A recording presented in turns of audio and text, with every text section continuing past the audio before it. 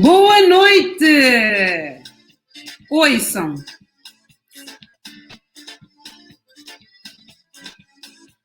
Conversas com sentido, hoje com Carlos Buriti, a dar o pontapé bem merecido nestas conversas com sentido. Eu faço, sim, rendo homenagem, tiro o chapéu a este grande senhor da música. Meu Deus, que semana! Semana em que perdemos dois. Eu perdi dois dos grandes admiradores, grandes cantores, grandes pessoas. Então resolvi hoje a música escolhida para abrir as conversas com sentido de hoje. Porque para mim faz sentido iniciar conversas com sentido com Carlos Buriti. E digam-me lá se não foi uma excelente decisão. É homenagem a este grande senhor da música. E uma coisa é certa, sempre que eu dançar esta música, eu vou lembrar-me dele em cima do palco e homenagear dançando o melhor que se pode e se consegue com esta música. Boa noite, olá Pedro, boa noite a ti que estás do outro lado. Peço-te que apresentes-te, digas-me quem és e de onde estás a assistir a estas conversas com sentido. Hoje, a abertura ao som de Carlos Buriti, Malalanza, sim senhor, é um grande som e um hino que fica para todos que apreciam boa música. Então, digam-me lá, de onde é que estão a assistir esta conversa com sentido? Quem são? E partilhem com os vossos amigos que estão a assistir conversas com sentido. Já sabem, o mês de agosto é dedicado aos mais pequenos.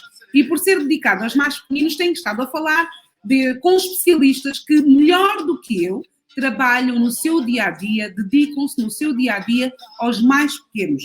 Os seus problemas, os seus transtornos de desenvolvimento, as suas dificuldades, para que todos nós adultos possamos ficar mais elucidados sobre os constrangimentos, as dificuldades dos mais pequenos. Então, Conversas com Sentido, durante o mês de agosto, é dedicado aos mais pequenos e, por isso, reuni um conjunto de especialistas, meus convidados, para poderem estar aqui a partilhar. Partilhas que, do meu ponto de vista, fazem todo o sentido. E hoje vamos estar à conversa com Bernadette Abrantes. Ela que nos fala de Benguela, uma terapeuta da fala angolana, que vai partilhar um pouco daquilo que é o seu percurso, aquilo que foi o seu percurso e aquilo que é o seu trabalho enquanto terapeuta da fala.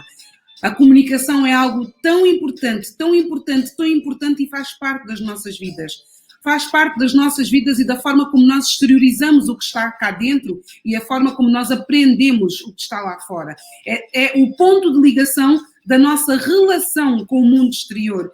Então faz todo sentido assistirmos a estas conversas com sentido, porque a comunicação não só é importante para os pequenininhos, como também para nós adultos. Então, esta especialista naquilo que é fala vai estar connosco e partilhar dicas, sinais e formas de tratamento, não só para os mais pequenos, como também para nós, adultos, principalmente para todos aqueles que têm na comunicação, na voz, um instrumento de trabalho, como eu, por exemplo. É importante termos algumas dicas de como termos uma boa voz, mantermos uma boa comunicação, falarmos de forma correta para que o outro apanhe a nossa mensagem. Esta semana escrevi-vos sobre acredita e é importante acreditarmos. Olá, Dília, é uma pessoa que também acreditou num sonho e hoje está super realizada e feliz por estar a concretizar e ver na prática aquilo que é o seu sonho. Também eu estou a viver momentos de alegria por estar a concretizar o meu sonho. Por isso, é possível, sim. Só depende de tu acreditares. Tu, mais do que ninguém, em primeiro lugar, acreditares naquilo que é o teu sonho, nas tuas capacidades e ires à procura de todos os recursos necessários para lá chegares. Conversas com sentido é isso mesmo, com muito sentido de partilhas, de percursos, de caminhadas que vale a pena partilhar. Por isso, vou estar à conversa com esta terapeuta da fala, Bernadette, que de Benguela vai-nos falar-nos da realidade que vive naquilo que é a sua profissão. Mas, entretanto, quero convidar-te a convidares tu também outras pessoas a fazerem parte destas conversas com sentido. É verdade, hoje a abertura ao som do magnífico Carlos Buriti. É de facto uma grande honra estar a abrir estas conversas com sentido com ele, que é alguém tão especial e que deixou-nos hoje mas que deixa a sua marca, a sua pegada nas nossas vidas, para todos aqueles que apreciam boa música. E ele, sem dúvida, é alguém que também acreditou no seu sonho e tudo fez para atingir os seus objetivos, as suas metas. Então, vamos iniciar e estamos com esta abertura ao som de Carlos Buriti, antes mesmo da minha convidada entrar aqui em estúdio para podermos então iniciar a nossa conversa com sentido. Mas diz-me, de onde é que estás a assistir estas conversas com sentido e partilha com outras pessoas para que mais pessoas possam beneficiar desta partilha de conhecimentos que a terapeuta da fala vai estar aqui a partilhar connosco. Então, dentro em breve, ela entra para podermos então dar início às nossas conversas com sentido. Hoje com Bernadette Abrantes, que de Benguela nos vai falar. Ela que é terapeuta da fala. Vamos ficar a conhecer um pouco mais, afinal, o que é isto da terapia da fala, em que outros chamam de fonólogos, ligados àquilo que é o tratamento diagnóstico de algumas patologias ou dificuldades, e ela, melhor do que eu, vai explicar efetivamente o que é. Mas antes de chegarmos à profissão e à terapeuta em si, vamos então falar de outras coisas ainda. E vou já passar já à conversa com a Bernadette. Boa noite! Olá, boa noite! Como estás? Muito boa noite, eu estou bem, muito obrigada. E tu, estás tão fresca como aparenta estar? Tu que és uma mulher cheia de energia. Eu estou sempre fresca. Quando eu não estiver fresca, interna-me. Bernadette, muito obrigada por teres aceito este convite para esta conversa que, tal como eu sei, também para ti faz todo sentido em todos os momentos, mas hoje mais do que nunca podermos tocar neste aspecto que é a tua profissão, que é de facto de extrema importância para todos nós, pois a comunicação é inerente à nossa qualidade de seres humanos, não é? Claro, sem comunicar, sem conseguirmos ter um meio de passar ao outro aquilo que nós pensamos, a nossa mensagem, é extremamente complicado. E nós vemos isso no nosso dia-a-dia, com a nossa gente que já não domina a língua materna, mas que também não domina outra, e dão-te o recado assim: olha, está ali o quê? O que é, para que é que serve? Não, era para quê? E ninguém sabe o que era para. Adorei este exemplo. É o quê? E realmente temos algumas dificuldades naquilo que é a nossa forma de comunicar e faz todo sentido, de facto, nós podermos falar sobre este tema. Mas antes de nós falarmos da Bernadette, terapeuta da fala, vamos um pouco falar. Bernadette, tu és da Gabela. Eu nem sabia. Eu sou da Gabela, daquela linda e maravilhosa cidade do cacimbo e do café. Gente boa. E viveste na Gabela até que idade? Até quase aos 16 anos. Uau! Fiz um pequeno percurso por 2 anos em que estive os anos letivos aqui internada no Colégio das Madres, das Doroteia. Portanto, a minha passagem assim, de mais tempo por Benguela remonta a esse tempo. Eu vim para aqui, portanto, fazer o primeiro e o segundo ano, portanto, que era o ciclo preparatório. Ok. Eu vim com 10 anos e voltei com 12. Porque, entretanto, não havia liceu na Gabela. Então, mas havia o ciclo preparatório. Mas como não havia liceu, o meu pai, portanto, pôs a minha irmã 2 anos antes, porque ela é 2 anos era 2 anos mais velha do que eu, minha irmã veio 2 anos antes, para depois continuar o liceu aqui. Portanto, fazia logo os anos aqui. Entretanto, abri o liceu na Gabela e eu disse logo ao meu pai: eu quero me ir embora. Eu não conseguia estar aqui presa. Mas diz-me uma coisa, antes de chegares a estes 2 anos em que tu te mudas para Benguela por causa dos estudos, como é que tu descreverias a tua infância? E como é que foi a tua infância e depois a forma como tu te comunicavas? Mas vamos por partes. A tua infância na Gabela, que recordações é que tu tens destes momentos? Olha, as recordações mais maravilhosas. Eu venho de uma família que era literalmente um clã. Portanto, era uma família muito unida, muito... Deixa-me lá tirar aqui uma coisa que me está a incomodar, porque eu não sei lidar com e estou a querer fazer muitas coisas ao mesmo tempo e isto não funciona. Então, a minha família era uma família muito unida, muito assim, lá fora ninguém nos pode tocar. Ai, a mamãe das meninas. Pronto, tinha uma irmã e tinha muitos primos com quem fui criada como se fôssemos irmãos. Então era assim, em nós ninguém toca. Depois cá dentro se vê se temos razão ou não e se for preciso levamos tarefa. Mas tive uma infância super feliz, com pai, mãe, avó, tios, em full time. Nós não fomos filhos do infantário. Fomos realmente umas pessoas muito felizes, muito, correu tudo muito bem, gente alegre, divertida, gente que sabia dar a mão à palmatória quando era necessário, sabia dizer que era preciso fazer isto ou aquilo. E eu, não por feitio, mas também porque nasci numa época em que tudo no mundo houve muitas mudanças, muita revolução. Quando eu tinha 10 anos foi o maio de 68, não é? E eu sempre fui muito irreverente. Eu vivia lá dos meus... Desde criança, que apesar de seres a mais nova, sempre foste assim muito para a frente. E a comunicação em ti, desde muito cedo, já se revelava como uma ferramenta de estares no mundo.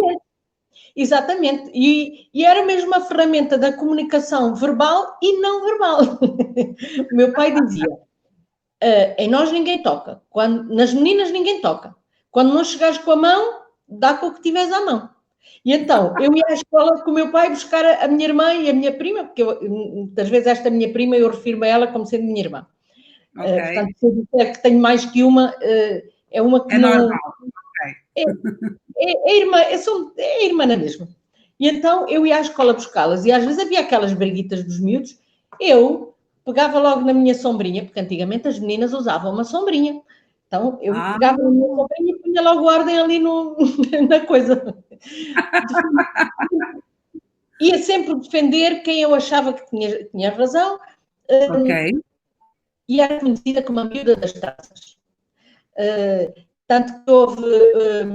que agora houve miúda das tranças, porque sempre tiveste cabelo comprido, é isso? O cabelo muito comprido e não gostava de pentear, então a minha mãe fazia-nos tranças.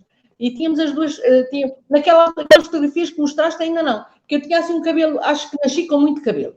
Depois o tal cabelo caiu, e então fazia-nos tranças. Este cabelo assim, eu não deixava ninguém pentear. E então era uma gritaria, e a minha mãe fazia tranças que era por causa das coisas. Isto era um carnaval, e mascarávamos sempre, a minha mãe tinha imensa paciência de fazer estes fatos. Aliás, a minha mãe tem imenso jeito para tudo que seja coisas manuais, ela pinta muito bem. A minha mãe, apesar de ter 82 anos, o ano passado participou fez uma exposição dos quadros que ela pinta. Uau! Sim, senhora. E estes fatos eram feitos por ela. Exatamente. E todos os anos fazíamos fatos diferentes e muito giros, muito bem feitos, que ela é toda minuciosa e toda muito perfeccionista, aquilo sai tudo sempre hiper mega bem.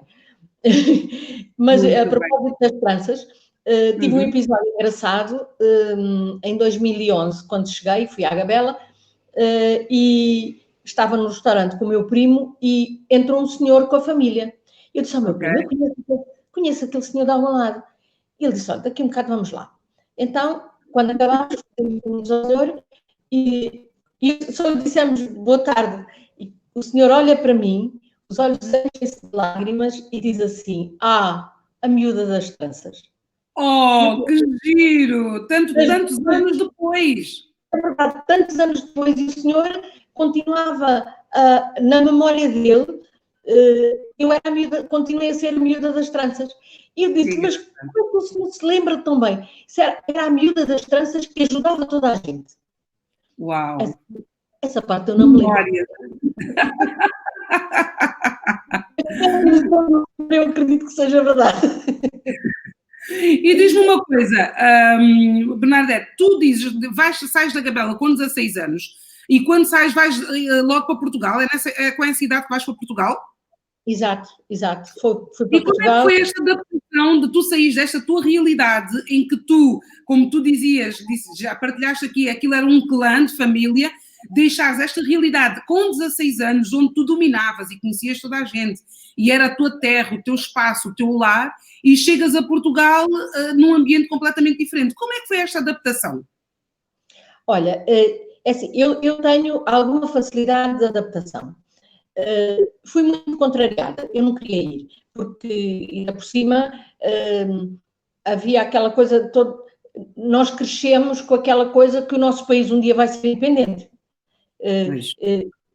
E nós estávamos a ir embora e não íamos ver o nosso país ficar independente. Aquilo que foi imenso. Eu nem gosto de falar disto porque fico muito emocionada. Já fiquei. Ok. Mas foi difícil, porque, de facto, nós chegámos a um país estranho, que a única coisa que tínhamos em comum era a língua.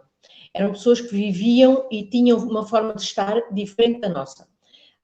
Apesar de tudo, eu fui criada, não com a tradição propriamente africana, apesar de eu ser bisneta de 2 sobras, ou 3, mas... Tanto na família há assim, tanto de um lado como do outro, há assim pessoas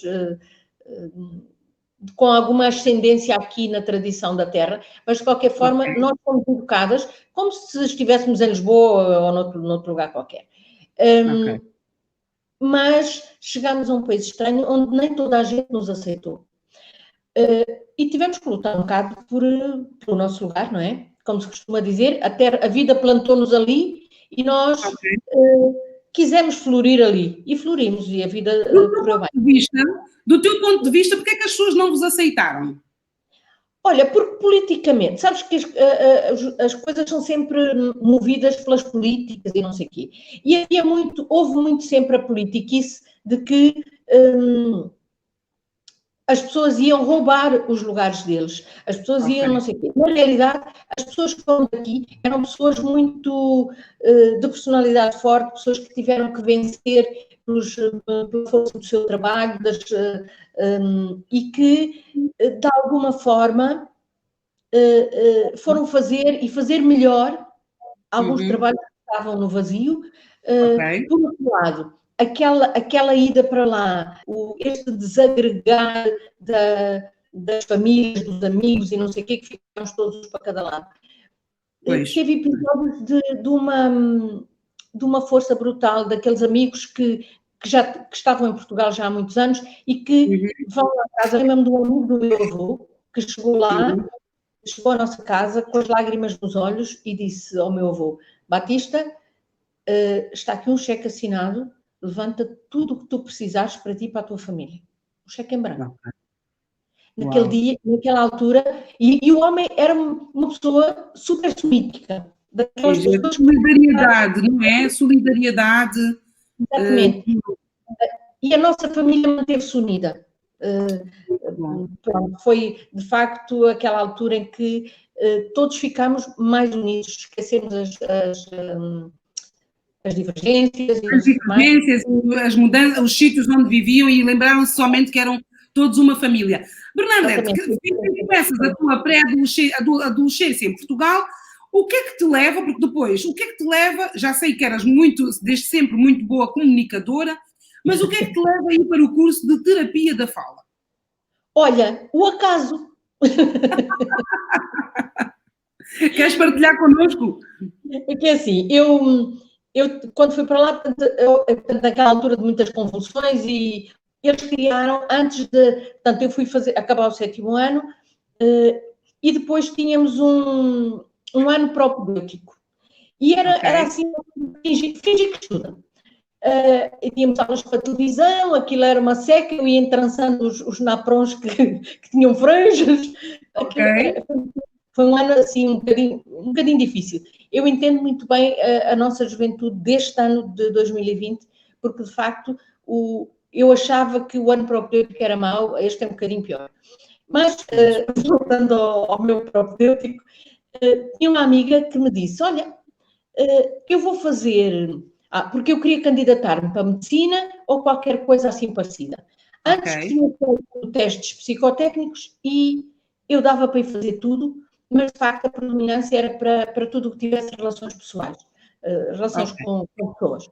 Ainda fiz umas cadeiras, uma cadeira de arquitetura, fiz umas cadeiras, andei a ter umas aulas de pintura e escultura, também fiz uma cadeira, é assim, fiz, mas não estava sequer matriculada. Eu devia ter uma boa comunicação, porque eu chegava lá e conseguia convencer o professor a deixar-me assistir às aulas. As pessoas não eram muito rigorosas. Eu devia argumentar bem. E tinha assim um ar muito garota. Eu tinha um ar... apesar de já não ter tranças, devia ter o ar da miúda das tranças. Das tranças, exatamente, exatamente. Mas então, fui com essa minha amiga, que tenho imensa pena de já não me lembrar do apelido dela, porque nós na brincadeira chamávamos Ana das Riscas, porque ela usava sempre... A roupa dela tinha sempre riscas. Boa. Então, há ali uns cursos que têm a ver com reabilitação e eu gostava de tirar fisioterapia. E eu nem sabia muito bem o que era aquilo. Queres vir comigo? Diz-me ela. Aquilo era no Alcoitão, era um pouco longe ainda do sítio onde estávamos, do centro da cidade. Eu disse, opa, não estou a fazer nada, eu vou. E fui com ela. Fizemos as provas de admissão para os 3 cursos, terapia da fala, fisioterapia e terapia ocupacional, e eu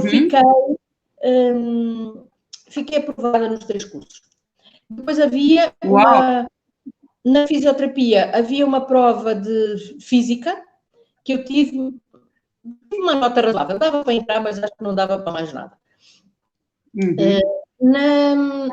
Fiquei aprovada na terapia ocupacional e na terapia da fala, que foi a última prova, que era uma entrevista, lá fui, mas até estava a pensar, olha, talvez faça terapia ocupacional, a fisioterapia era um bocado duro, achei que aquilo ia ser muito duro para mim, e a senhora que fez a entrevista era uma terapeuta, infelizmente já não está entre nós, chamava-se Isabel Gonçalves.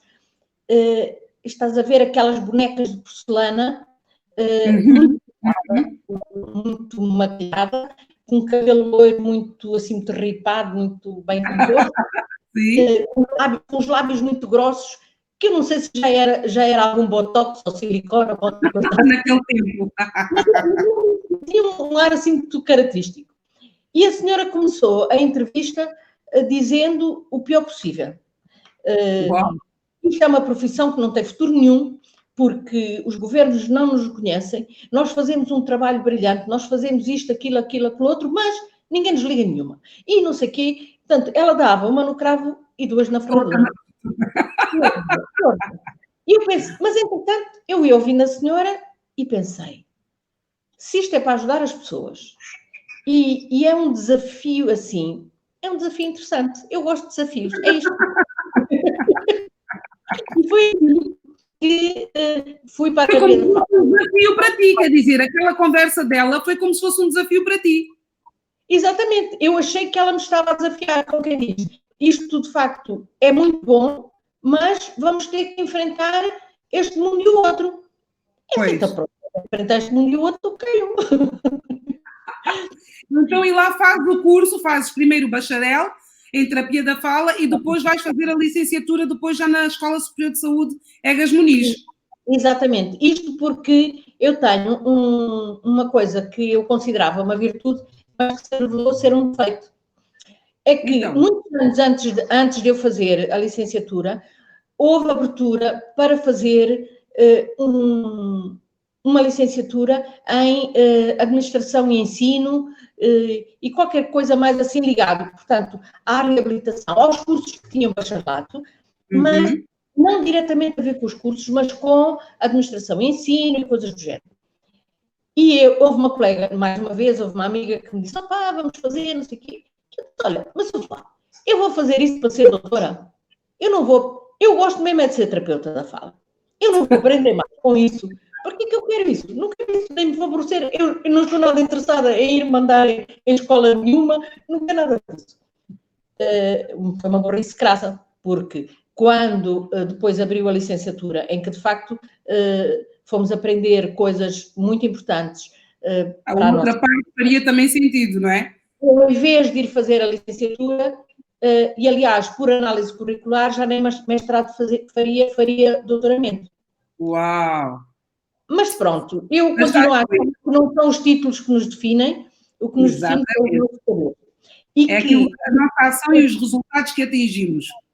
Mas aprendi uma coisa muito mais importante do que isso. Ao longo destes anos todos, já lá vão quase 40, aprendi que antes de sermos bons profissionais, temos mesmo que ser boas pessoas. E temos que defender os nossos pacientes, se for preciso, com a vida. Que é o que estamos a fazer agora.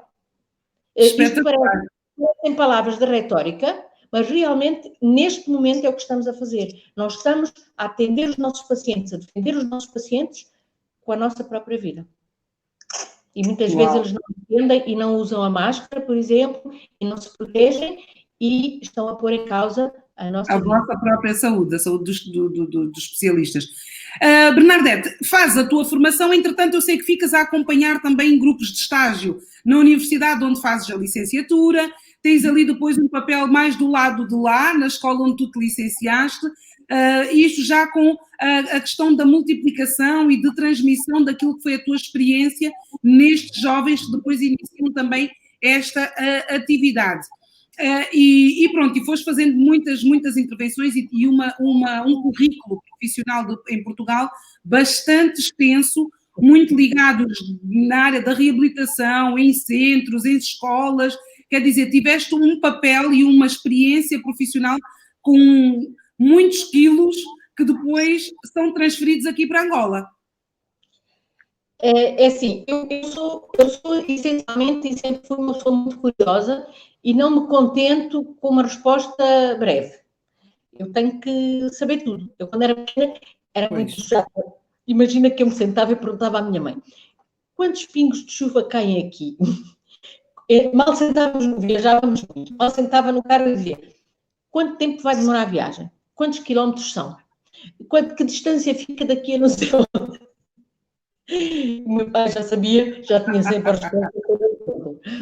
Meu pai, e aliás, os meus pais eram muito. As viagens eram uma coisa deliciosa, porque eles cantavam muito. Esta coisa da comunicação, penso que nasce com as pessoas, mas tem que ser cultivada.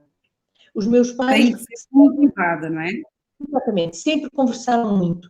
Nós aos serões sentávamos, não havia televisão naquele tempo, não é? Então, como o hábito da leitura também tem que ser cultivado. Eles sentavam-se e liam o Notícias, a revista, que era o Notícias de Angola, liam o jornal, que já não me lembro como é que se chama, se calhar é o mesmo nome, já não sei,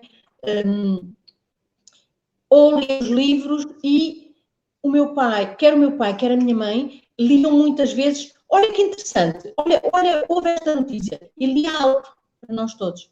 E a minha mãe fazia o mesmo, e fomos incentivadas a ir fazendo também.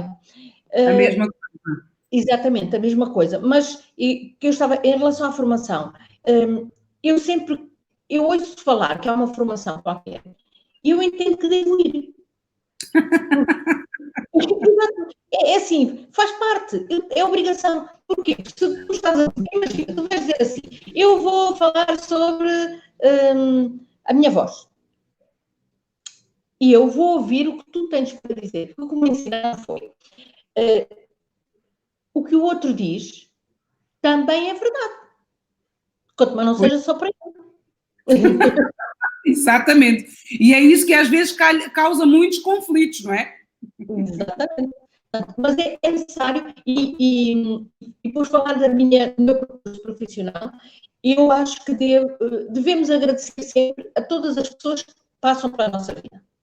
É verdade. As que nos deixam uma marca de muito amor, de coração quentinho, e também aquelas que por alguma razão não fizeram. Primeiro, exatamente, podem apenas ter trazido para a nossa vida uma coisa boa ou alguém bom.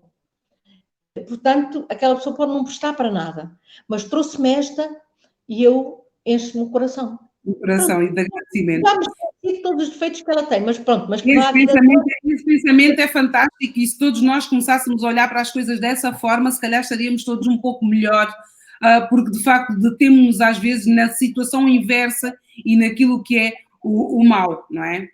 E não só, e também aprender que eu costumo dizer que eu sou boa terapeuta. Eu acho, agora vou-me gabar, né?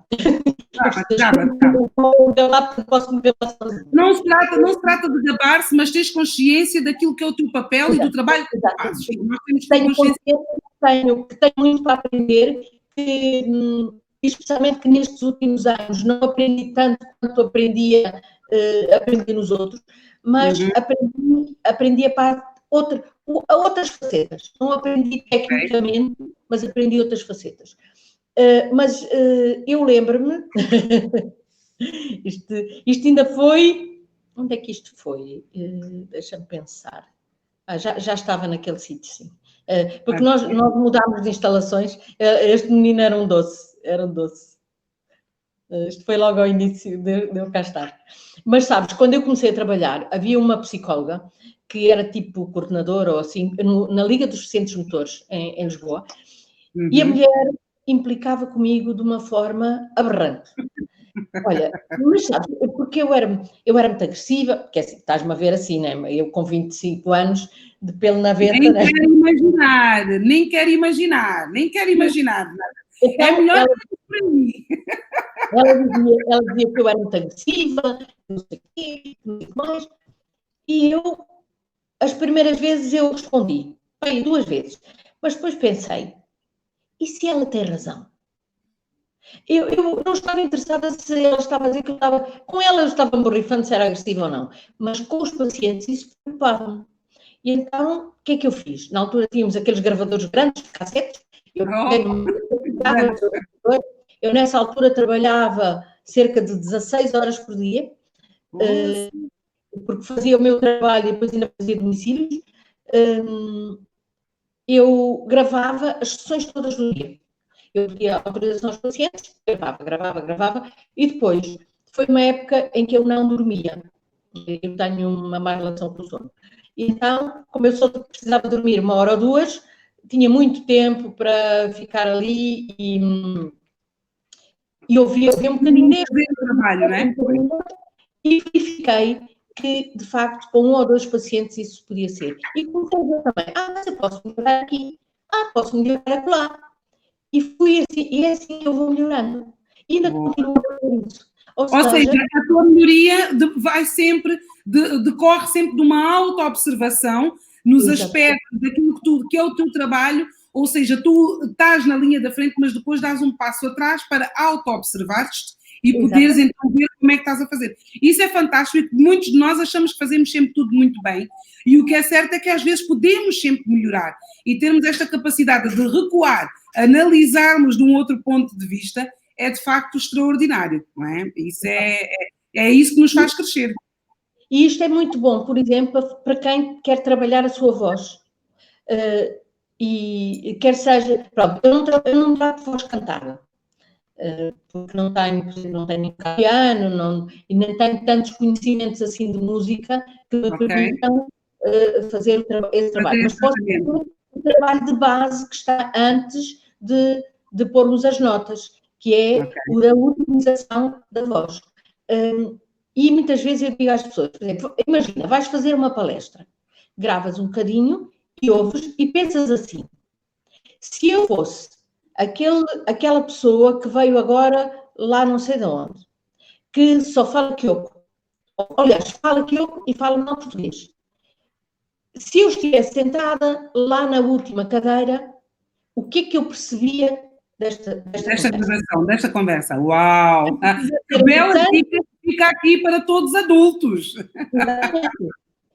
E muitas vezes, quando as pessoas fazem vídeos com as suas crianças, com os seus bebés, não sei o quê, é bom nós pensarmos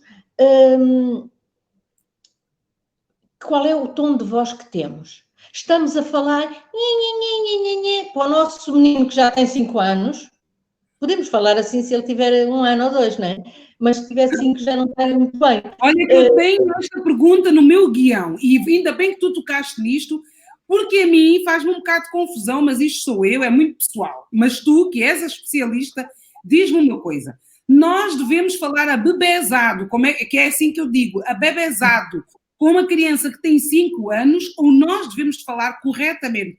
Porque eu vejo muitas pessoas a falarem com crianças com 4, 5, 6 anos, ainda como se eles fossem um bebê. Mas pronto, as pessoas dizem que eu sou um bocado dura e que não é bem assim, que não deve ser assim. O que é que diz a especialista na matéria? Olha, eu acho que pontualmente sim, porque nós não queremos perder o nosso bebê, mas o nosso bebê também não quer deixar de ser bebê. Então, pontualmente sim. É o meu filho do coração, não é? Meu menino querido, da nhonhó, da fatinho, nhonhó, mamãe, não sei o quê. Ok. Porque muitas vezes o que acontece é que as pessoas falam muito a bebezada de um lado e depois têm uma conversa muito adulta, usam termos e conversas e não sei o que mais, que aquelas cabecitas ainda não sabem, não conseguem entender. E eu digo isto porque eu me lembro, por exemplo, que havia em casa, quando eu era pequena, havia os livros que eram proibidos. As meninas não podiam ler aqueles. Havia lá outros que nós podíamos ler, podíamos ir à prateleira, tirar e não sei o quê, mas havia uns que eram proibidos. Proibidos. Naturalmente, estás a ver que ali com 12, 13 anos, nós fomos ler os livros. Eram os apetecidos. Então, eu li o Crime do Padre Amaro e não percebi nada, não vi lá crime nenhum. E havia muita coisa que eu não estava nada de mal, eu não percebi nada. Portanto, assim, e depois há as coisas que não fazem sentido nós sermos tão crus para uma criança. Okay. E depois, por outro lado, somos nhó, nhó, nhó, nhó, nhó, nhó. Mas o mais grave para as crianças, e que se faz hoje, e que a maioria dos pais faz, não é isto. É a tolerância em excesso. Que não é tolerância, é um desligar completo. Vais para ali ver televisão e eu nem sei o que é que tu estás a ver. Vais para ali fazer um jogo e eu nem sei o que é que estás a jogar. Queres saltar, pular, partir, pintar a parede, fazer o que quiseres, podes fazer. E o que eu digo é assim, eu não vou, por acaso não é bem, eu ia dizer que eu não vou interferir se vir fazer isso, porque eu sabes que o sangue me sobe logo, e eu não sou capaz de ficar quieto e digo logo ao menino se não se faz, mas sou tida como sendo uma pessoa, fui sempre tida como sendo uma pessoa um bocado rigorosa. Mas hoje, essas meninas e meninos que eram os filhos das amigas e dos amigos, que eu ajudei a criar e com os quais eu às vezes eles diziam que eu era um bocado rigorosa, hoje recebo montes de mensagens a dizer: ai tia, que pena, tu não estás aqui, ajudavas-me a tomar conta do bebê deste ou daquele ou do outro, tanto que ele precisava que tu o educasses. Pois, lá está, o outro lado. Bernadette, diz-me uma coisa, que sinais ou em que idades é que os pais devem estar atentos no sentido de procurar um especialista para perceberem se o filho tem ou não alguma dificuldade na comunicação? Qual é a idade e que sinais? Porque se calhar não é uma questão de idade, mas sim uma questão de sinais. O que é que tu tens a dizer em relação a isto? Porque há muitas crianças que os pais têm também muito a ver com aceitação e reconhecer e não querer acreditar, mas há de facto ali se calhar alguns sinais que tu, enquanto especialista e dominadora da temática, podes elucidar-nos para nós podermos passar esta mensagem a todos aqueles que nos seguem. Olha, é assim, nós normalmente achamos que a comunicação é só a fala. Mas não, a comunicação começa muito cedo. Eu costumo dizer que a comunicação começa na barriga da mãe. Mas quando o nosso bebê sai cá para fora e abre os seus olhitos e nós pegamos e dizemos: oh, meu bebê, o bebê da mamã, é necessário que a criança retribua o nosso olhar. Ela não vai sorrir no primeiro dia, mas quando ela começa a sorrir, esta troca de olhar é tão reconfortante quando nós vemos o nosso bebê que olhou para nós, não é?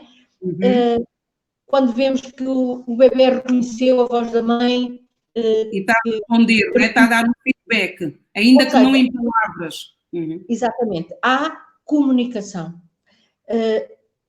Eu estive a fazer um curso em Holanda no final de janeiro e a psiquiatra, acho que ela era psiquiatra, já não me lembro, que deu o curso, e ela diz que com 3 meses já podemos detectar autismo, por exemplo. Ok. Eu costumo dizer sempre às mães, ainda fui ontem, me apareceu uma mãe na consulta que dizia: doutora, se calhar é muito cedo, e realmente o bebê tem 1 ano e pouco, mas ele é nitidamente autista. E então eu digo também, não há perguntas parvas, não há desconfianças nem dúvidas que não sejam legítimas. Sempre que os pais tenham alguma dúvida, mesmo que o bebê seja pequeno, devem recorrer ao terapeuta da fala. Muitas vezes a criança recorre porque a terapia da fala também não é só falar, porque nós falamos com o que utilizamos para comer e para respirar. Portanto, se a criança tem dificuldades para comer, por exemplo, deve recorrer ao terapeuta da fala. Dificuldades respiratórias também. Está tudo aqui ligado, a respiração, a ingestão dos alimentos e esta combinação que numa criança, até isto ficar mecanizado e não perturbar uma na outra, é importante também estarmos atentos a isso. É muito importante porque é depois a maturidade do sistema neurológico que vai permitir esta sincronia que é brutal entre a respiração, a mobilização dos músculos que são necessários para imitar um determinado modelo. É necessário que a criança ouça bem, é necessário que ela veja também, não é? Não basta só ouvir também. Se a criança não vir bem, ou se tiver algum defeito visual, o que é que nos vai acontecer? É que a criança não tem modelo visual, tem apenas um modelo auditivo. Pois. E esta comunicação dos sentidos é essencial para que, de facto, possa comunicar corretamente. Ou seja, a comunicação depende do todo. E eu costumo dizer que o grande problema aqui em Angola é que pela porta dos gabinetes e dos consultórios médicos não entra um paciente, entra uma doença. E enquanto isso acontecer, não vamos a lado nenhum. Pois, entra a doença para a resolução, já estamos no fim da linha. Não entra um sinal, um sintoma para prevenir, nem entra a prevenção.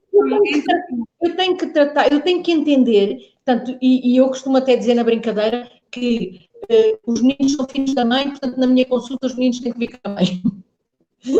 Porque às vezes vêm com o pai, com a avó, não sei o quê. Se não, podem vir esses também, mas tem que vir a mãe. Porque eu preciso de entender o que é que está errado ali naquela comunicação. Se é a mãe que não comunica com o filho. E eu, na brincadeira, digo que metade do diagnóstico fica feito entre a porta do consultório e a sala de espera. Uau. Quando eu vou à sala de espera, eu vejo como é que a mãe se relaciona com o filho. A relação entre a mãe e a própria criança. E começas desde aí a ver algumas coisas. Entre a criança e os outros. E tudo conta desde a comunicação em si, da fala, se não fala, se ouve, se não ouve, à maneira, por exemplo, como a criança vem vestida, como a mãe vem vestida. Se a mãe vem toda apertada, cheia de perucas e unhas e não sei o quê, e a criança vem assim meia manhosa, com o nariz ranhoso e a camisa não sei o quê, já dá para perceber ali alguma coisa. A criança é um todo, a comunicação é um todo, e se não tiver todo a funcionar de uma forma harmoniosa, dificilmente vamos ter uma boa comunicação. Okay. E todo o trabalho que eu possa preparar para essa pessoa vai correr menos bem se eu não estiver inteirada de como é que estas coisas funcionam. Que engraçado.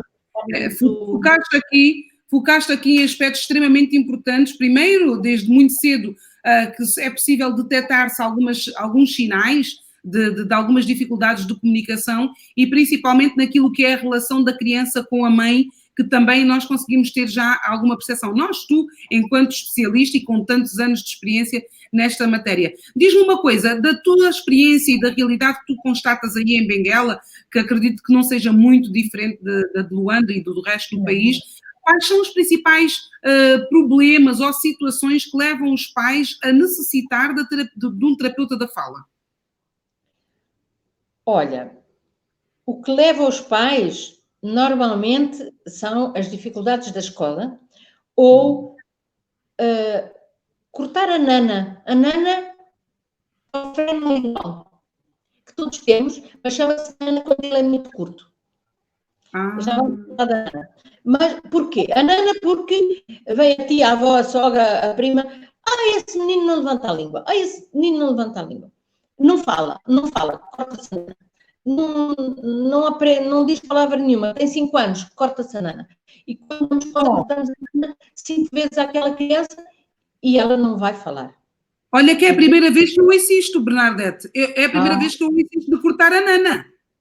A sério? Oh, filha, é assim. Isto é uma realidade aqui. Estamos a falar de algo que acontece com frequência em Angola. Então vou-te dizer. Eu, durante 30 e tal anos, foi o tempo que estive em Portugal, eu, sempre que me aparecia um freno lingual curto, até porque eu sou de uma escola muito ligada ao psicológico, aos traumatismos emocionais e não sei o quê, ao Freud e por aí fora. Esta malta mais nova é muito mais tecnicista, muito mais da motricidade pela motricidade, quase sem pensar que a criança é o tal todo. Digamos que o ideal, e estamos a conseguir este ideal, que é a escola brasileira, que é muito tecnicista, com a portuguesa, que é menos, e a coisa a ficar mais harmoniosa, e de facto estas terapeutas mais novas têm estas duas vertentes bastante bem. Okay. Mas eu, da minha experiência lá, o que eu aprendi foi que ele tem o freno curto, vamos ensinar-lhe, entre aspas, truques, para ele falar bem, sem precisarmos de cortar nada, porque o nosso menino é perfeito. Ponto final. Ok. Portanto, tem mais é que aprender a dar aqui uma volta diferente. Porquê? Porque o freno lingual muito curto, ainda que a pessoa tivesse a língua colada ao assoalho da boca e não levantasse quase nada, ainda assim ele podia falar bem, à exceção de 3 ou 4 fonemas. O que dava, por exemplo, ele dizer o is, em vez de está ali o is. Isto na frase quase não se nota. E se ele ia aprender ali os truques para fazer? Aqui não. Na realidade aqui, talvez por questões genéticas, haja muitas crianças com freno lingual muito curto. Ok. De antes, as parteiras, quando tiravam o bebê, quando o limpavam, não sei o quê, se o freno fosse demasiado curto, elas mesmo com a unha davam-lhe um cortezito e estava tudo bem. É uma coisa muito simples, não tem irrigação, não há problema nenhum. Mas chegando aqui, eu dei-me conta que havia muita gente a cortar o freno. E um dia eu dava aulas no... Estamos a falar, para quem nos está a acompanhar, estamos a falar desta pelzinha que está debaixo da língua. Exatamente, que faz ali um filamento no meio, no fundo serve de elástico, quando a gente deita a língua de fora, serve de elástico para recolher outra vez a língua. E manter no sítio, manter com a tensão certa, não sei o quê. Isso estamos a falar, não está tudo na perfeição. E então eu dei-me conta que havia muita gente a cortar o freno lingual. Há quem diga freno, há quem diga freio, eu peço desculpa a uns e a outros, porque eu adotei freno. Como faz mais sentido, não há problema. Fui muito acarinhada por uma terapeuta brasileira que me, inclusive, me deu um livro, e mais dele, que é a professora Irene Marquesan, que é uma senhora que eu respeito muito e que admiro muito. E eu disse, então pronto, eu vou, porque eu comecei a falar do freio lingual, a mulher olhava para mim com os olhos estarrecidos, e eu disse, professora, estou a dizer muitas asneiras. E ela disse, não, filha, é que não se diz assim, ela me provou por A mais B, lá com os argumentos dela. E eu, independentemente dos argumentos, eu gosto tanto dela que adotei. Então, eu um dia numa aula, tenho um canivete suíço pequenino, abri o canivete e disse aos alunos, olhem, meus queridos, estão a ver esta naifinha? se vocês souberem, porque eu sabia que estava na aula um aluno que era enfermeiro, que era do Cobalo, da Ganda, não sei o quê, e que andava a cortar os frenóns aos meninos assim com uma porcaria qualquer.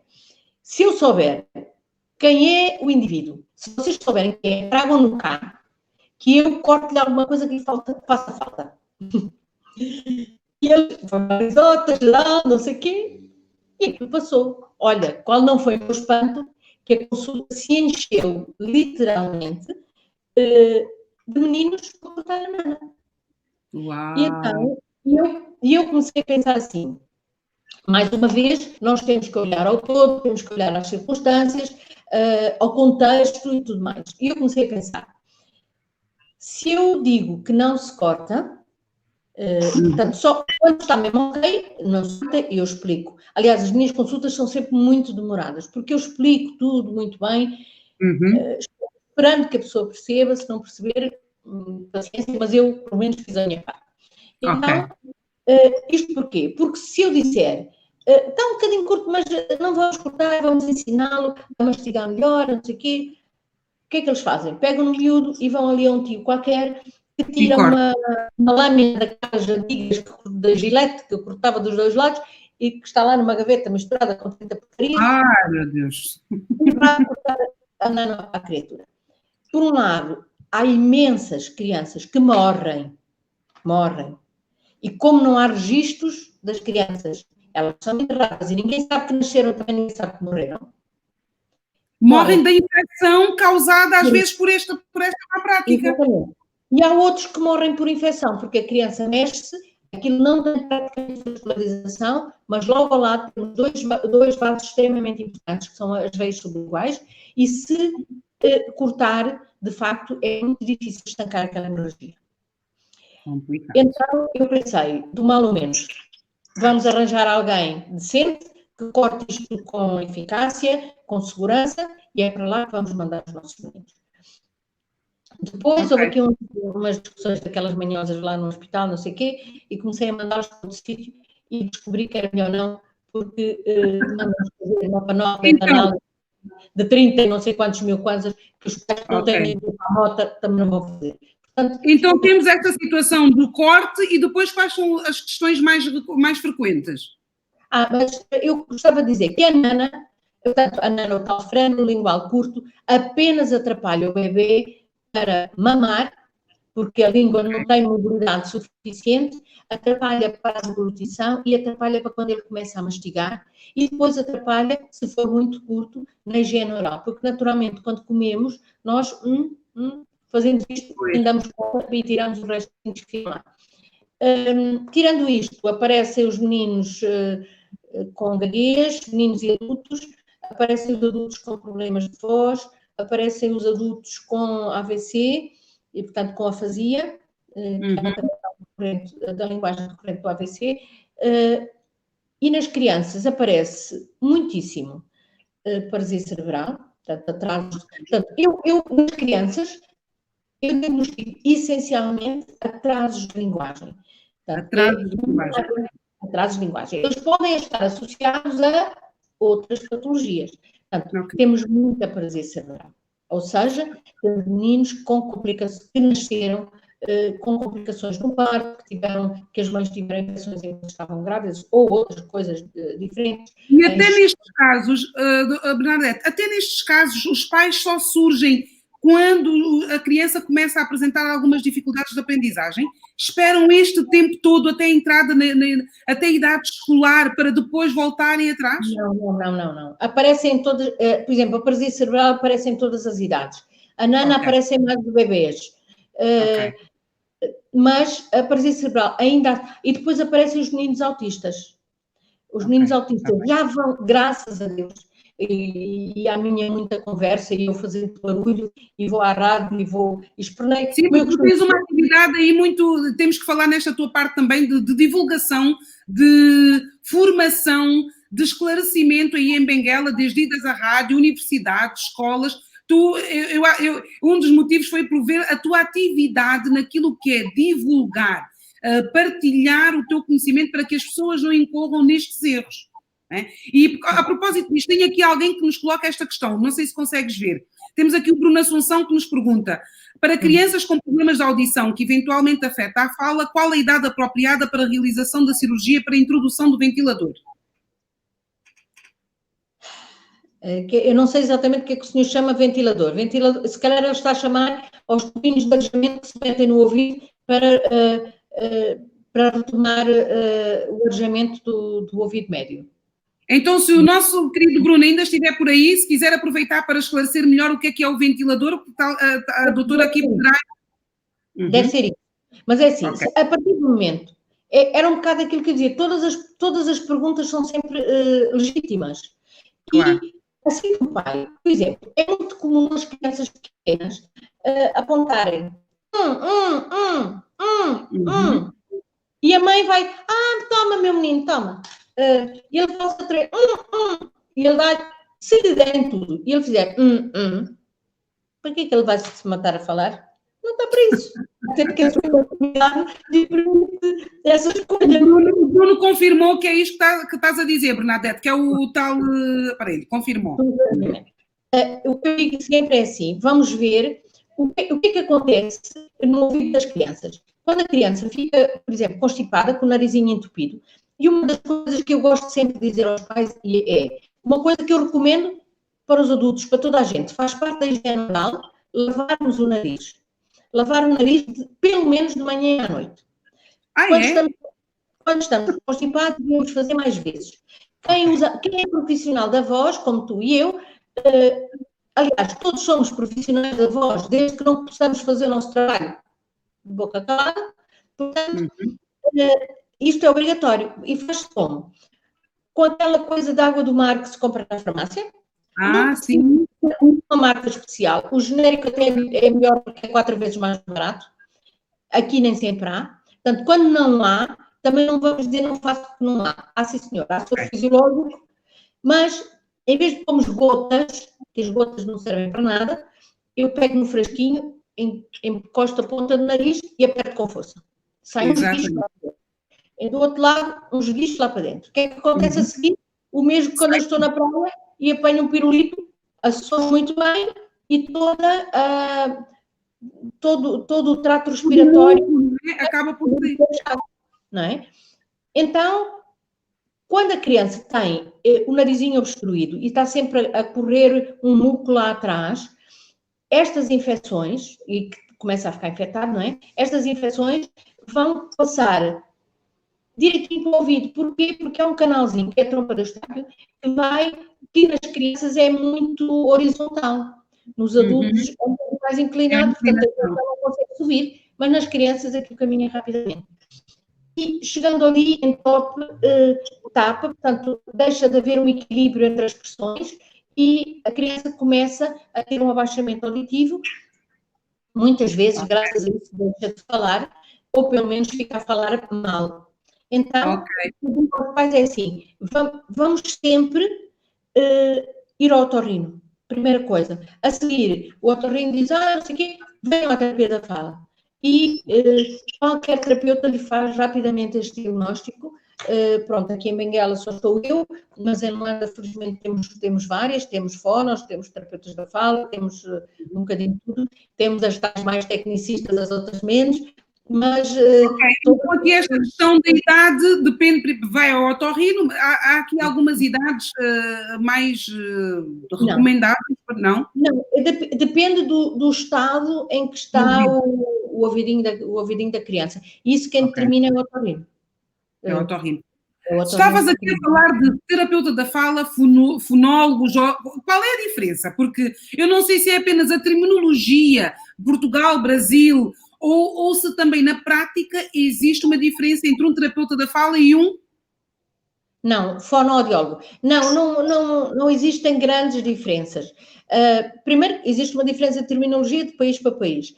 Existem algumas diferenças curriculares que, graças a gente está sempre a falar, eu pelo menos sempre a falar contra a globalização, mas eu tenho tido muitos benefícios dela e um deles é este. Vamos nos juntando, vamos conversando, vamos ajustando e neste momento, por exemplo, na Europa há agora não é um logo, não sei das quantas, portanto há inclusive uma entidade global para a Europa que determina os currículos.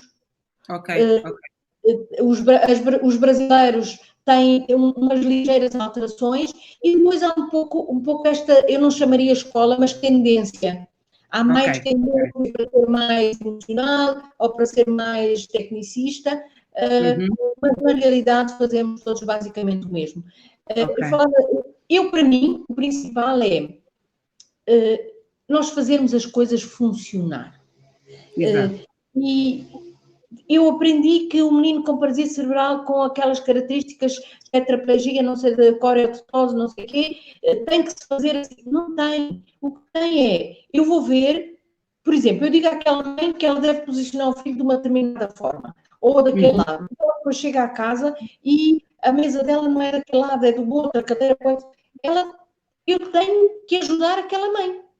Ou seja, estas questões são importantes. Se a criança apresenta já alguma dificuldade até o sítio, o posicionamento dela à mesa, por exemplo, é extremamente importante para poder desenvolver e estimular. Com certeza, com certeza. Tudo é importante. Falavas há bocado desta minha vertente de falar e de transmitir os conhecimentos. Em primeiro lugar, eu devo dizer a toda a gente que é assim: queres ter o que nunca tiveste, tens que fazer o que nunca fizeste. E perdermos os medos e não sei o quê. Às vezes também não é só os medos. Por exemplo, eu cheguei aqui e ninguém sabia o que era o terapeuta da fala. És a única terapeuta da fala em Benguela. Em todos os hospitais civis de todo o país. E não digo isto com orgulho nenhum, digo isto com uma tristeza. Não percebi. Podes repetir, não consegui perceber, Bernadette. Sou a única terapeuta da fala, não só em Benguela sou a única, mas sou a única terapeuta da fala em todos os hospitais de todo o país. São poucas as coisas que me deixam sem fala, e eu até comunico. A única nos hospitais, estamos a falar hospital público, vamos assim dizer, não é? Exatamente.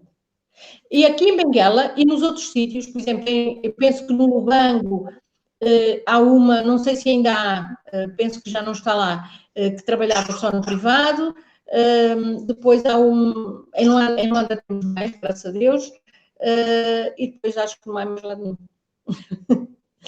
E assim, eu rio que é para não chorar, não é? Mas e pronto. Tu atendes crianças e também atendes adultos? A nossa área é uma área muito vasta, como eu dizia, pode ir desde a barriga da mãe, literalmente, até à véspera de irmos morar para aquele sítio grande, onde aquela quinta muito grande tem muitas cruzes, onde finalmente vamos ser todos iguais. Até à véspera nós podemos tratar, ou seja, podemos tratar toda a gente, literalmente. Naturalmente, como podes imaginar, eu aqui sou obrigada a atender um pouco de tudo, mas eu não sou especialista em tudo. E então, mais uma vez, a globalização dá-me a possibilidade de, aparece-me um caso difícil, eu vou para as redes sociais, para os grupos das terapeutas da fala e ponho aos gritos: quem me ajuda, quem me ajuda, quem me ajuda. E ajudam-me. Espetáculo. Isso é de facto um trabalho notável, Bernadette, porque é extremamente importante. E os adultos, pronto, várias questões podem levar os adultos também a solicitarem e a necessitarem da terapia da fala, como tu acabaste de dizer. Há aquelas situações também dos AVCs, das pessoas que ficam a recuperar de vários constrangimentos de saúde e que necessitam também da terapia da fala. Agora, eu queria era ter de ti também este apoio, porque há de facto esta dificuldade dos pais, não vou dizer das mães, mas dos pais em aceitarem e acharem que é normal e que ainda não está na idade da criança falar. Mas o que é certo é que existe idades ou timings para que a criança em determinada altura esteja a comunicar de determinada forma. Exatamente.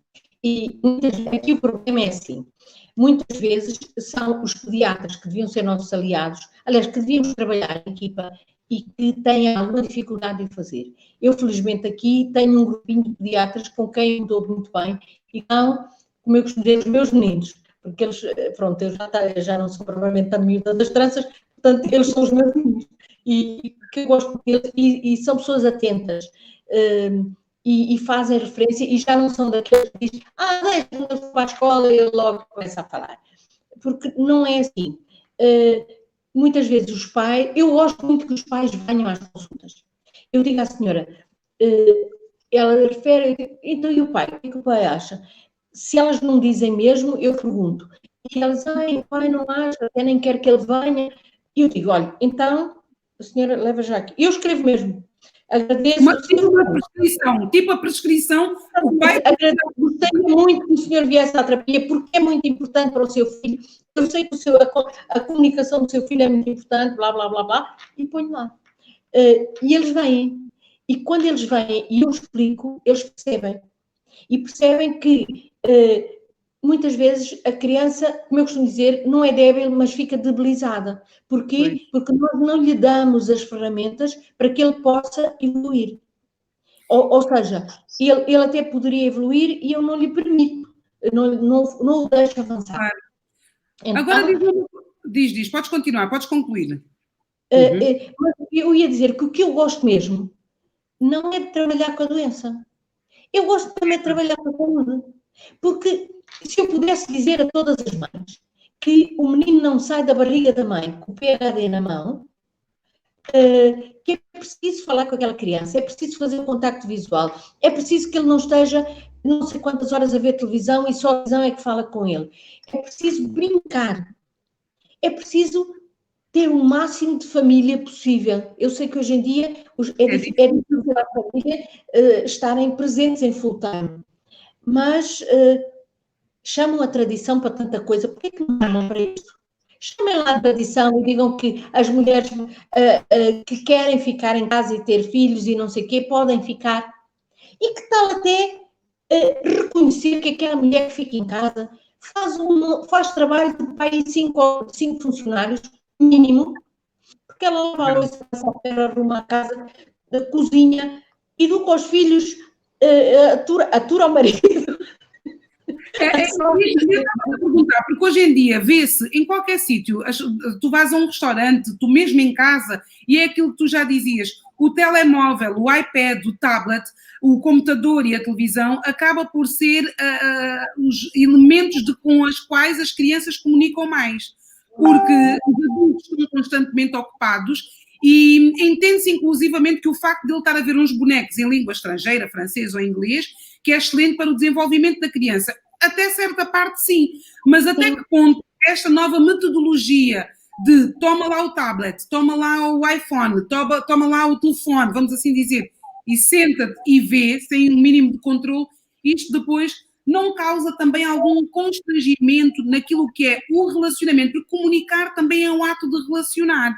Nós podemos até saber comunicar, mas depois não sabermos como fazer chegar a mensagem, Bernadette. Porque o tablet, todas estas novas tecnologias são excelentes. Inclusive, nós terapeutas usamos no nosso dia-a-dia e agora, por exemplo, temos mais o desafio de ter que trabalhar online. Claro. Mas o que digo é, vamos brincar com a criança. Não é largar, toma lá e vai fazer. Temos que brincar com a criança. E quando brincamos com ela, vamos nós falar, vamos nós dar um modelo, vamos nós fazer todas aquelas coisas que são necessárias, porque é muito importante. E se nós conseguíssemos passar esta mensagem de forma muito clara, que isto entrasse bem dentro da cabeça das pessoas, que educar é uma tarefa extremamente difícil, mas que é possível, porque nós somos exemplo disso, não é? E nem por isso ninguém cortou a nossa liberdade de sermos quem somos, porque eu, por exemplo, eu sou assim, na família somos todas assim, as mulheres são mulheres de garra, mas eu não gostaria de terminar isto sem dizer uma coisa que eu faço. Eu vou, por exemplo, ia ser o dia da voz, e eu pensei assim, mas ninguém sabe o que é terapia da fala, ninguém coisa nenhuma, então peguei e pensei, onde é que há 2 rádios aqui? Como é que eu chego à voz? Fui lá e disse, olha, no dia 16 de abril vai ser Dia Mundial da Voz. O que é que vocês têm programado que eu possa colaborar? E toda a gente falou para mim, Dia da Voz. Nem sabiam, se calhar, em alguns casos. E eles trabalham com a voz, e trabalham com a voz. E então, a partir daí, por exemplo, mas é assim, eu fui a 3 rádios, ou 4, e apenas uma me aceitou. Ou seja, dei entrevistas a todos naquela altura, não sei o quê, e a coisa morreu por ali.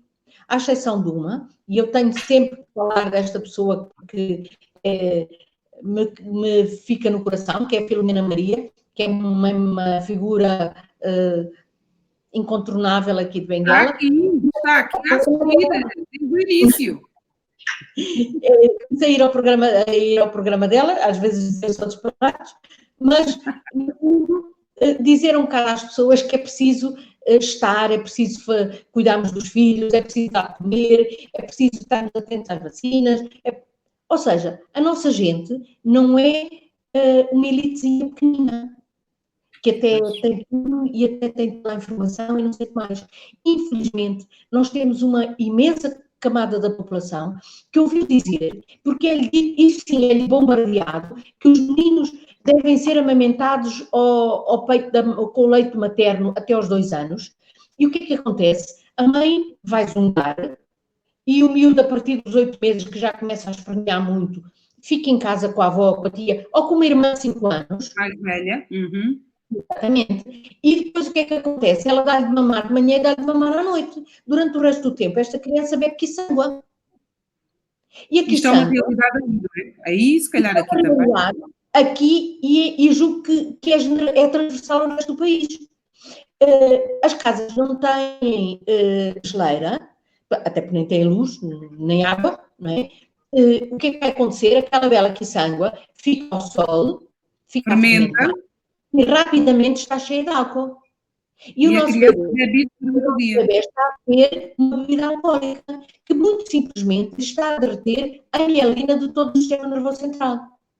Como é que vamos querer que esta criança aprenda? Ela não tem como. Está-lhe a estragar o músculo rígido todo. Depois não há programa que lá entre. Então o que acontece é que e depois, por exemplo, na minha consulta eu exijo que a criança venha com a mãe e com o cartãozinho amarelo das vacinas. Primeiro, fica a saber... Fica a saber se ela leva as vacinas ou não. Fica a saber se ela leva o peso ou não. Se leva o peso, se o peso está de acordo com a idade ou não. E explicar à mãe que aqueles risquinhos que lá estão não são só para fazer figura. Que ela tem que lhe dar de comer. E porquê que tem que dar de comer? Porque do que eu vejo na consulta, e isto é absolutamente assustador, nós temos um número muitíssimo elevado de crianças que têm um déficit cognitivo muito acentuado. São crianças que não comem como deve ser, que não estão alimentados. E vai ser um dos temas na segunda quinzena, a questão da nutrição e da alimentação aqui das conversas com sentido. É extremamente importante. E extremamente importante que as nossas mães voltem a saber que a criança pode comer qualquer coisa mais para além de fungo e molho. Não é fungo com molho. É fungo com as folhas, com os lombis e com carne e peixe. Ok. Olha, Elizabeth, Bernadette, ainda bem que tu elucidaste as pessoas desta situação, porque para mim é extremamente importante e é muito valioso. Há outras dicas que eu também gostaria que tu rapidamente aqui focasses, que têm a ver com a questão que tu numa entrevista, eu tive a ler que tu numa entrevista disseste que para ter uma boa voz é necessário ter alguns cuidados, como não fumar, gritar, pigarrear, falar demasiado tempo seguido, não consumir bebidas alcoólicas e resguardar o pescoço. E falas também da questão do ar-condicionado. E eu ia perguntar, então e as bebidas quentes e frias? Também. Nem muito quentes, nem muito frias. Tudo que é quente, mais para morno, tudo que é gelado, para natural. Ok. O mais possível. Todos esses cuidados são bons. A pessoa tem que se alimentar bem. Tem que ter cuidado com a digestão, porque o refluxo gástrico queima toda esta mucosa. Esta mucosa é extremamente sensível às diferenças de temperatura, umidade, pressão. O ar-condicionado normalmente diretamente virado para a pessoa. É uma coisa há coisas que eu não entendo. De repente as pessoas acharam que vivem na Noruega. Portanto, e o ar-condicionado está constantemente ligado e há muitas empresas onde o ar-condicionado nem parece que estão em Angola e quando as pessoas saem do edifício tem um choque térmico bastante grande. Exatamente. E esses choques térmicos são terríveis. Okay. Vai para a geleira, então põe um cascolo. Olha, Bernadette, tu tens estado aqui a falar da força das mulheres da tua vida, da tua família e tudo mais, e deste exemplo, e falaste das filhas, das tuas amigas, das tuas manas, que até hoje pensam e lembram-se de ti, apesar de tu teres sempre aquele pulso muito exigente e forte naquilo que foi a educação delas. Mas eu também queria partilhar contigo aqui uma mensagem, e deixa-me ver se eu consigo aqui aumentar, de alguém que eu sei que é muito especial para ti, e não podia terminar este direto sem partilhar aqui uma mensagem contigo. Vamos então aqui ouvir, por favor. Olá, boa tarde. Meu nome é Diogo Freitas e venho para este meio falar da minha tia, professora, da fala em Benguela. Antes de tudo, quero agradecer à Madalena Kiala por receber-me e deixar-me falar neste meio. Para resumir, a minha tia, entre as afirmações pequenas, diria que é destemida, aguerrida e incapaz de conter a sua opinião perante uma injustiça, mesmo que lhe repercuta de forma negativa. Creio que dela herdei a minha curiosidade inata, um bocado reguila também à custa dela, e dado que foi a minha parceira no crime em partidas contra a família toda a minha vida. Queria compartilhar com vocês uma história que passei com ela na minha juventude, em que fui acampar a primeira vez com ela e terminámos pescando nessa mesma vez, e passámos 3 ou 4 horas ao pé do rio, baixo um sol horrível, e não pescámos nada. Tentámos tudo, mudámos de localização, pescámos com milho, pescámos com carne, pescámos com minhocas, com tudo. E depois de 3 ou 4 horas não tinha nenhum peixe, foi muito pouco frutífero. E basicamente eu fiquei muito frustrado e a minha tia consola-me com palavras doces, dizendo que muitas vezes, mesmo que fazemos as coisas de forma correta e com toda a paciência do mundo, e não corre como nós esperamos, mas o importante é saber reconhecer os teus erros, adaptar e melhorar a próxima vez. E às vezes pensar que não vale a pena frustrar-se com outras coisas que não podes mudar. E pronto, uma experiência negativa volveu-se positiva porque aprendi bastante e até hoje gosto muito de ir acampar e pescar por causa dela. Sempre me fascinou a vida dela pela forma com que ela viveu, pela liberdade com que toma as decisões na sua vida, a sua forma de ser independente consigo mesmo, com a sua vida e com as suas morais, e simultaneamente a velocidade com que vive. Desde Luanda, quando era jovem, para Lisboa, de Lisboa para Maceió, de Maceió para Lisboa, Lisboa para Luanda e Benguela, eu vejo que isto é uma mulher que tem muita inquietude, tem muita vontade de ver a vida. Não entendo bem porque o há feito, mas comparto alguns dos seus desejos e inquietudes e quer algo parecido para mim também. E sinto muito orgulho sabendo que ela está a trabalhar e a esforçar-se pelo bem da juventude de Angola e nos cuidados sanitários que ela toma mão. Muito obrigado por receberem hoje. A minha tia é um ídolo meu e espero que um dia possa ser um dos vossos ídolos também. Adeus. Bernadette, este teu sobrinho é uma coisa. Este meu sobrinho é assim, o amor não costuma dizer que não dá filhos, dá o diabo sobrinhos. Este teu sobrinho é uma coisa. E só para esclarecer, eles vivem em Espanha e está a estudar medicina. E parou o que estava a fazer, porque está de férias, mas parou tudo para fazer este vídeo e não resistiu, disse logo que sim, claro que sim, que eu faço este vídeo com muito prazer. Então há aqui algumas palavras para quem entendeu que ele está a falar mesmo em espanhol, mas todos nós entendemos e tu principalmente entendeste esta mensagem que eu quis aqui deixar, que é de facto um amor e como tu disseste, o importante é nós percebermos e aprendermos até das coisas que correm menos bem. E aqui está a prova com tudo aquilo que o teu querido Diogo acabou por dizer. Muito obrigada, porque de facto, mas ele quando era pequenino, a minha irmã costumava dizer, se esse miúdo fosse teu filho, não era mais parecido contigo. Olha, ele é tão parecido contigo, eu tenho que dizer que sim, é extremamente parecido contigo. Em algumas coisas e naquilo que eu reconheço que são as coisas menos favoráveis desta minha irreverência, e a minha mãe, naturalmente, eu gostaria que ele não fosse tão parecido comigo. noutras sim, portanto, ainda há bocadinho estive a conversar com ele e o malandro não disse nada. Claro que não podia dizer nada, então. Como é que não sabe, eu estava claro, não podia dizer nada. É de facto um menino maravilhoso. É uma benção. Foi um prazer também estar à conversa com ele. E antes mesmo de terminarmos e de te colocar a última questão, vou fazer o nosso resumo desta conversa.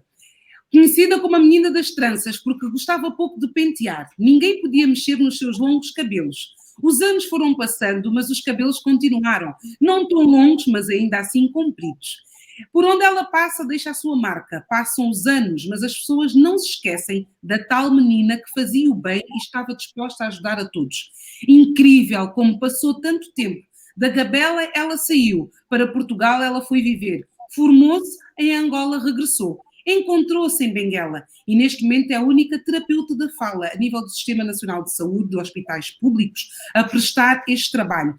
Quis o destino que ela fosse para Benguela e lá faz um trabalho excepcional. Não tem mãos a medir, desde pequenos a graúdos, desde familiares e todos aqueles que precisam, não só na terapia da fala, ela tem a sua comunicação bem acentuada e apurada. É uma mulher de coração cheio e tal como o Diogo partilhou, ela não tem problemas em dizer aquilo que é certo e aquilo que lhe vai na alma. Uma comunicadora nata, mas que partilha todas as palavras e a sabedoria com todos aqueles que querem aprender. Ela faz a diferença naquilo que é comunicar. Dos mais pequenos aos mais graúdos, ela transmite e ajuda para que todos possam ter a mesma oportunidade de entender e serem entendidos. Esta é a Bernadette, a terapeuta da fala, que de Benguela fez aqui uma excelente partilha que para mim fez todo sentido. É esta a Bernadette? Até estou emocionada. E assim, sou essencialmente uma pessoa agradecida à vida, que me pôs no caminho tanta gente boa, tanta gente que eu hoje gostaria de ter feito. Eu fiz aqui uns apontamentos, não olhei para eles, né, como todos os apontamentos que a gente faz, parece ali muito no supermercado. Porque isto não é uma entrevista, é uma conversa, então não consegues ler os apontamentos. Claro. Então, eu pensei assim, eu tenho que agradecer a todos os meus amigos, à minha família, e depois, com medo de me esquecer de alguém, e depois escrevi uma lista enorme, e agora não sei da lista. Não te preocupes, dás um agradecimento extensivo. E tens aqui uma aluna a dizer que tu fazes o bem, a professora faz o bem sem olhar a quem? A Teresa Pinto Eugênio. Essa menina também é das meninas que está no meu coração, mas em relação a fazer as coisas, independentemente do resultado que se possa colher de imediato, porque nós temos muita mania de colher de imediato, não há necessidade. Eu lembro-me sempre daquele ditado que diz que quem semeia tâmaras não come tâmaras. Eu adoro tâmaras. É verdade. E depois, mas se ninguém tivesse semeado as primeiras tâmaras, pensando que não ia comer, eu nunca teria provado tâmaras. Portanto, tudo aquilo que eu hoje estou a semear, tudo aquilo que eu semeei em Portugal e que lá não colhi, por exemplo, estou muitas vezes a colher aqui com aquelas mensagens bonitas que os pacientes, que os antigos pacientes me mandam, e que me enchem, como diz uma amiga minha, que me põe o ego no arranha-céus, no topo do arranha-céus. E aqui este trabalho tem sido assim, e acho que, e como eu não gosto de trabalhar com a doença, trabalhar com a saúde é trabalhar com a prevenção. Exatamente. Então, em vez de esperar que o menino não comunique, eu vou ensinar todas as mães e dou palestras nas escolas. Por exemplo, hoje tive um compromisso de manhã que me impediu de ir a uma escola falar com uma missionária que tem crianças com problemas, para lhe explicar. E faço estas coisas, tenho feito todas estas palestras e tudo mais, gratuitamente. E isso até parece que vai ao encontro da minha última questão, que é o que é que faz sentido para ti, Bernadette? É isso. O que me faz sentido para mim é eu poder passar a palavra, poder ajudar as pessoas. Quando eu vou ao banco e vou ajudar os colegas que lá estão e vou-lhes dar dicas e não sei o quê, é para que eles possam fazer melhor. Epá, eu aí estava toda ajeitosa. Agora o que é que faz sentido tu com um olhar super compenetrado a pensares, de facto, naquilo que é o teu dia-a-dia, o teu futuro. Cá está, é este, de agradecimento e de partilha e de ensinamentos e multiplicadora daquilo que é o teu conhecimento e a tua experiência. E que a vida não é uma coisa para se passar morna. A vida é para se viver intensamente, porque um dia destes, quando piscarmos os olhos, vamos embora. Quer dizer, eu só vou embora daqui a mais 50 e tal anos, porque na minha família é assim, ou se morre antes dos 50 ou se morre aos 100, ou depois dos 100. Não vamos terminar a nossa conversa assim. Olha, eu quero agradecer-te teres partilhado, de facto fez todo sentido para mim ter estado à conversa contigo sobre um tema que para mim é de facto importante, que é a questão da comunicação, que nos afeta e afeta a nossa relação connosco e com o mundo. E ter estado contigo e ter ouvido daquilo que é a tua experiência, e aprendi muito hoje aqui, e de certeza que todos que estiveram connosco também aprenderam, só tenho que dizer-te muito obrigada por esta partilha e pelo trabalho e empenho que tu desenvolves aí em Benguela, e bem-haja mais Bernardetes espalhadas por toda esta nossa Angola. Eu é que agradeço do fundo do coração, agradeço à Zezinha que me trouxe a Madalena, agradeço imenso à Madalena que me levou aí a um montão de gente, mas sinceramente o que eu quero mesmo é que todos vivam com muita energia, com muita garra, porque todos os dias têm que ser bons. É verdade, é verdade. Muito obrigada, Bernadette. Depois vamos continuar a conversar. Obrigada por esta partilha cheia de sentido. Continua nessa missão maravilhosa por Benguela e por onde tu conseguiste chegar. Muito obrigada e um beijinho grande. Obrigada. E assim terminamos mais umas conversas com sentido. E eu que adoro comunicar, e que comunicar é mesmo a minha praia, digam lá se não fez todo sentido esta partilha fantástica. Digam lá se não faz sentido nós estarmos mais elucidados, porque não sabemos tudo. Eu hoje aprendi coisas novas, nem fazia ideia do que é que se estava a passar com crianças e aquilo que era feito às crianças logo quando nascem em outras idades. Então, partilha. Se fez sentido para ti, partilha esta conversa com sentido. Divulga este trabalho que nós estamos a fazer, este projeto. Divulga junto da tua lista de contactos. Segue a página e não te esqueças de, no próximo sábado, assistires à última conversa com sentido da primeira quinzena de agosto.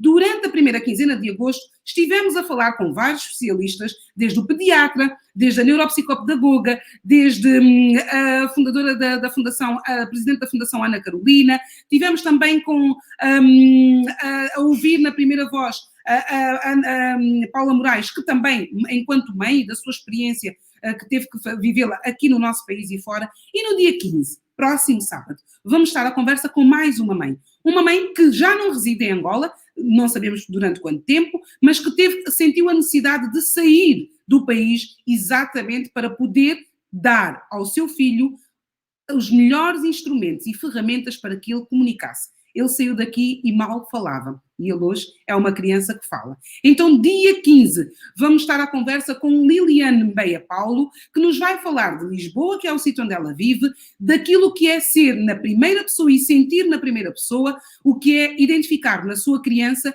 problemas e dificuldades naquilo que ela fala. Como ela dizia, tinha a experiência, então vai estar aqui a partilhar connosco este papel em primeira instância. Por isso é que eu digo sempre, faz todo sentido partilhar aquilo que nos faz bem e que nos faz crescer e multiplicar aquilo que de facto faz todo sentido partilhar. Por isso, eu agradeço a todos que estiveram do outro lado a assistir a estas conversas com sentido e vou despedir-me desejando a todos continuação de boa semana e espero por vocês no próximo sábado. Até lá, não deixem de seguir, de gostar, de divulgar, de partilhar esta página com os vossos amigos. Entretanto, também estará disponível esta conversa no meu canal do YouTube. Até lá, deixo-vos com Carlo Buriti, fazendo assim uma grande homenagem a este grande senhor da música. Ele também que foi grande. Continuação de uma boa semana e lembrem-se, acreditem e não fiquem sentados, busquem, na dúvida vão atrás, tudo depende de vocês e é sempre passo a passo, o importante é tu dares o passo e lembra-te que há coisas que não podem esperar e se tu estás a identificar nas tuas crianças algum sintoma, alguma situação, mesmo que não seja nada, se a dúvida existe, como disse a Bernadette, não há perguntas parvas. Se a dúvida existe, procura um especialista, porque ele, melhor do que eu, vai poder elucidar-te e assim tu resolveres, antes de ser uma doença, resolveres e travares aquilo que é o sintoma e tratares da prevenção. Saúde é o que eu desejo a todos. Continuação de boa tarde, boa noite e boa semana. Carlos Buriti a fechar esta conversa com sentido, porque para mim fez todo sentido. Obrigada a todos que estiveram do outro lado a acompanhar nas conversas com sentido. Entretanto, sábado estamos juntos e até lá. Mano,